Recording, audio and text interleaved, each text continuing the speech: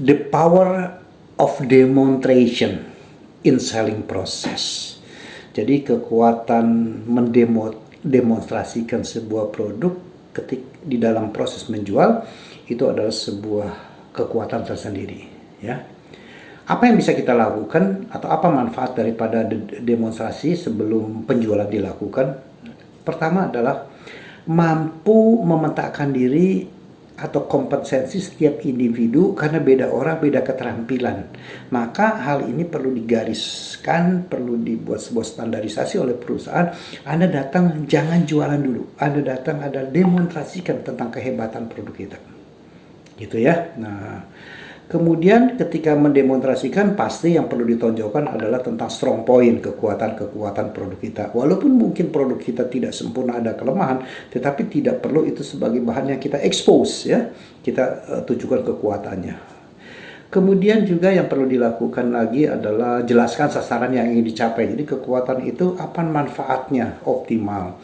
Kemudian sebelumnya kalau pelanggan Anda sudah dapat gali tentang kebutuhan, ya kita coba expose kekuatan-kekuatan tertentu dari produk kita yang bisa menjawab tentang kebutuhan tersebut. Ya, berikan gambaran secara objektif. Ya, objektif itu artinya jangan bluffing, ya, jangan omdo, tapi secara nyata, benar, kemudian gamblang, jelas, ngerti, nggak usah jelimet-jelimet.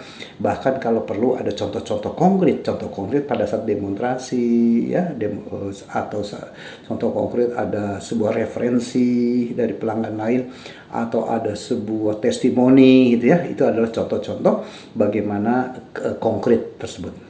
Dan informasikan keunggulan-keunggulan utama. Kita punya 10 keunggulan, 20 keunggulan, tetapi tidak perlu semuanya kita jual dengan murah. Kita perlu lakukan 3-4 keunggulan saja untuk di show, dipresentasikan. Karena yang lain-lainnya adalah ketika ada handicap, ketika ada objection, baru kita keluarkan ya keunggulan-keunggulan yang lain sesuai dengan kebutuhan pelanggan tentunya. Yang lainnya adalah antisipasi kemungkinan muncul pertanyaan atas kekurangan atau pernyataan liar dari pelanggan. Nah, inilah fungsinya kita punya segudang keunggulan itu untuk kita gali dari berbagai aspek, ya. Keunggulan itu bukan hanya segi produk, termasuk segi pelayanan, termasuk segi sumber daya, termasuk cabang, termasuk kekuatan armada pengiriman, termasuk stok, termasuk teknologi, termasuk financial aspek perusahaan kita. Itu menjadi sebuah kekuatan-kekuatan.